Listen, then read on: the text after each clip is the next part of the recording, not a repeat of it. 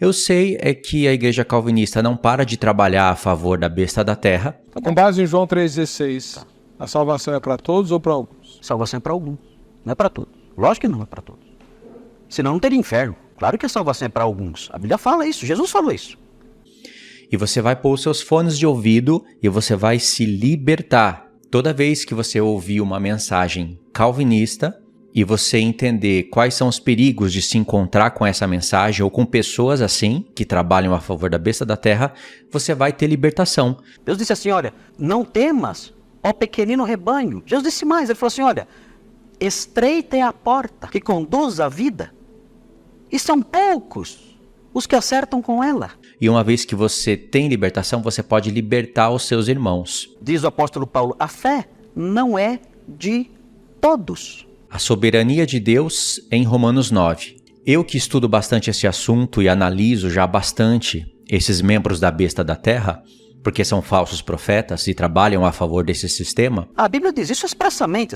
A pergunta é muito fácil de responder. Eu acredito que eu não formulei a pergunta da forma que eu gostaria, pastor Heber. A pergunta é como decreto divino? Sim, claro. Eles têm percebido um grande crescimento na igreja deles, um grande crescimento nesse público de virgens nécias, de pessoas arrogantes, pessoas cheias de si mesma. Como decreto divino? Sim, claro. Como decreto, Deus decretou alguns para a salvação, claro. outros para a perdição? Isso é muito Essa claro. é a pergunta que eu gostaria. Isso é muito claro em toda a Escritura. Pessoas que pregam um amor, mas que só funciona entre eles. E que prega aquela caricatura de um Deus que poderia ter amado milhares de famílias, mas não amou. Ele simplesmente precisa de ter a necessidade de jogar pessoas que ele poderia salvar no inferno para ele se sentir satisfeito. E em contraste para isso, ele precisa salvar algumas pouquinhas pessoas para mostrar a sua glória. Esse texto deixa claro que desde a eternidade Deus deu a Jesus Cristo um povo, um rebanho tirado de entre judeus e gentios, de entre a humanidade pecadora, culpada e perdida. E essas pouquinhas pessoas sempre são os membros da igreja calvinista. Por exemplo, Augusto Nicodemos, os netos dele, a esposa, os membros da igreja, a família, etc. Essa é a mensagem calvinista. Aqui não é dito qual é o critério, porque Deus deu estes e não deu aqueles. Com certeza não foi porque Deus previu que aquelas pessoas haveriam de crer. Você conheceu o calvinismo? Você vai poder se desviar de muita coisa, porque muitas pessoas, por não se importarem em conhecer as escrituras e se encontraram com esses bodes guias, elas estão contaminadas e a sua salvação está em risco. E eu sei que isso pode parecer um pouco chocante, mas a gente não pode, se a gente vai expor o texto bíblico, a gente tem que ser fiel ao texto. Porque eu duvido um calvinista como esse ver a beleza do reino de Cristo. Uma pessoa que distorce o amor do Pai, o amor do Filho, distorce as obras do Espírito. O tempo todo ele está dizendo aqui, eu vim dar a vida pelas minhas ovelhas, e vocês não são minhas ovelhas, vim dar a vida por elas, não por vocês. Faz uma caricatura com o Evangelho, distorce as cartas dos apóstolos. Através disso, vende livros e faz curso e vende. Você acha que uma pessoa dessa vai ver a beleza de Cristo? A beleza do reino de Cristo? Obviamente que não vai. Então, nenhuma gota do sangue de Cristo foi derramado em vão na cruz. Todos aqueles que são seus por quem ele morreu receberão a vida eterna. Romanos 9 é o capítulo que eles consideraram a coluna do calvinismo. Mas, na verdade, Romanos 9 vai ser a queda de todo calvinista. Vai ser a queda da igreja presbiteriana. As pessoas acordam de manhã... Tô salvo sim, tô salvo não. Exatamente. De manhã tô salvo. Pequei na hora do almoço, já não tô salvo. Arrependi antes de dormir, tô salvo. Eles perceberam um crescimento nas igrejas. Muitos pastores que eram bons se tornaram bodes guias. Pastor Paulo Júnior, por exemplo, é um deles. Acorda de manhã, pisa no rabo do gado, grita com a mulher, perdi a salvação.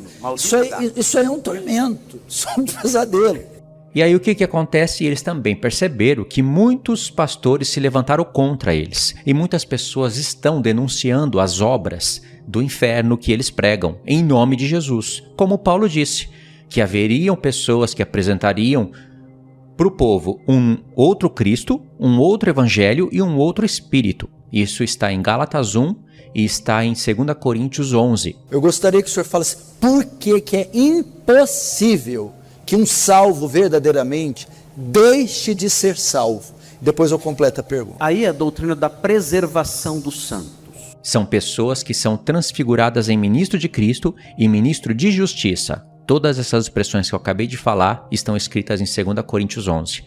Então, para uma pessoa ser ministro de justiça, mas na verdade é um ministro de Satanás, na verdade ele está pregando injustiça no nome da justiça. A salvação não depende das obras que nós fazemos. Se a salvação dependesse das obras que nós fazemos, nós adquiriríamos a salvação num dado momento e perderíamos em outro. Ele está distorcendo as coisas de Cristo. Ele está se apresentando como um enviado, um reverendo de Cristo, mas na verdade não é. É um enviado de Satanás. E você vê pelas palavras. O Senhor deixou muito claro para a gente que existe uma besta da terra, que se levanta da terra, ela tem 2 chifres que parecem cordeiro. Esses chifres são pessoas, são membros que formam a besta da terra. E elas parecem cordeiro, mas quando elas abrem a boca, elas falam como dragão. Fui salvo pela fé, mas perdi a salvação. Ok, tá bom. O que fazer agora para ganhar de novo a salvação? Aí já não é mais a fé. Eles perceberam que eles têm que correr atrás do prejuízo. Eles estão tentando a todo custo mascarar as coisas demoníacas do calvinismo. Mascarar. Ela tem que fazer alguma obra. Obra, perfeito. Ela tem que voltar para a igreja. Ela tem que pedir perdão para alguém.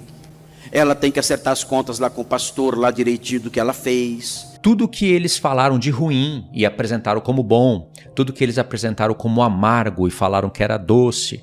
Então eles estão tentando suavizar, contornar a situação, mas o resultado sempre vai ser o mesmo. Um outro Cristo, um outro evangelho e um outro espírito, de maneira que eu considero tudo que sai da boca desse homem maldito. Ela tem que realizar alguma obra. A primeira salvação é pela fé. A segunda, a terceira, a quarta, a quinta, a sexta, a sétima, a oitava, aí já é pelas obras. Falo isso diante de Deus, diante das testemunhas que Deus busca no céu e das testemunhas que Deus busca na terra.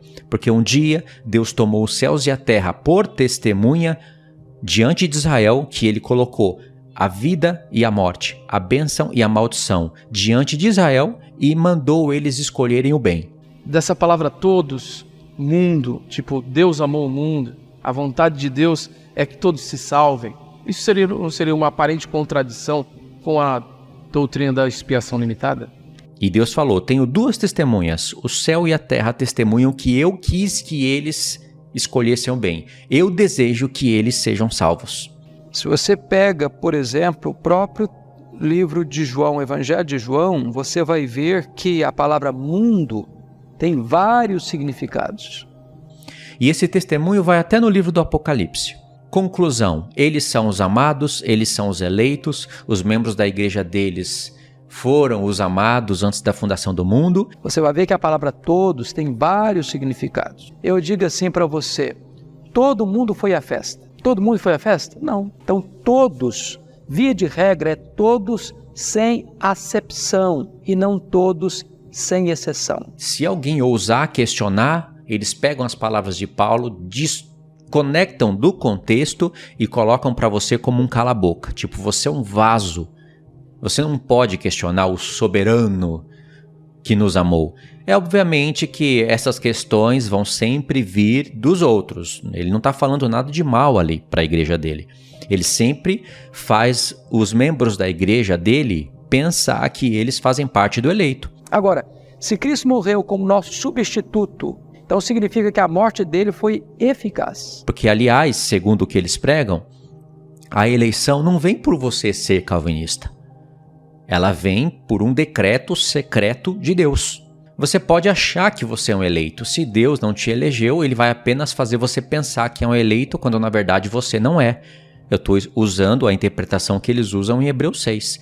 Pois se Deus pode dar para a pessoa uma boa palavra, iluminar ela com o Espírito, fazer ela participante do Espírito, dos poderes do mundo vindouro, isso são obras que só pode vir através da cruz de Cristo.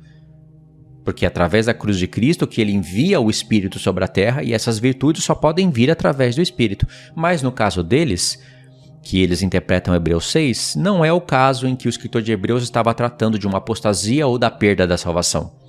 E sim pessoas que nunca nasceram de novo. Paulo diz em Romanos 8,30, aos que Deus predestinou, a esses Deus também chamou.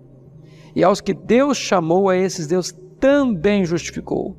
E aos que Deus justificou, esses Deus também glorificou. Ou seja, Deus, ele decide fazer pessoas que ele não quis salvar, que ele vai deixar viver em seus próprios pecados, ele decide chamar essas pessoas para o evangelho, dá para elas a boa palavra, não é qualquer uma, é uma boa.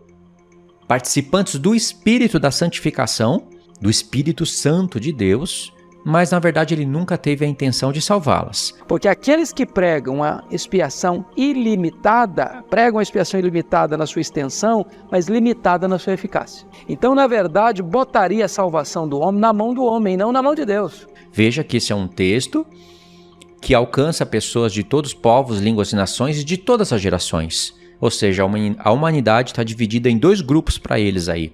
Um grupo de pessoas que Deus quis salvar e que vão ser participantes de todas essas virtudes, mas Deus vai salvá-las. Na verdade, Deus já salvou antes da fundação do mundo, eles só estão aqui na Terra fazendo um teatro. E o outro grupo são pessoas que vão participar dessas mesmas virtudes, mas Deus não quis salvar, só que Ele quis que elas provassem de tudo isso, para depois abandoná-las em seus pecados. E aí o ser humano, o homem... É o soberano. É o soberano. Por quê? Porque aí o homem, Jesus morreu por ele de uma maneira plena, cabal. Nesse grupo não vão estar os calvinistas? Claro que vão. Aliás, o Augusto Nicodemos pode ser um desses. E o que ia acontecer?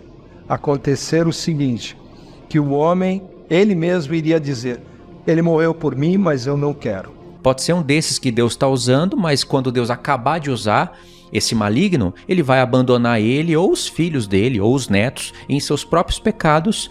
Então a morte de Jesus perde a eficácia para ele. Ele tem poder para desprezar um sacrifício do Filho de Deus por ele, que é ele que decide. Deus vai lançar ele ou a família dele no lago de fogo para mostrar que ele é Deus. Mas, na verdade, essa maldição toda que eles chamam de justiça, eles jamais vão aplicar isso para eles mesmos. Essa visão da expiação ilimitada nesse sentido transforma o homem soberano e Deus em um ser impotente. Com pessoas assim, você não pode nem se assentar na mesa para comer, porque você vai ser cúmplice do pecado.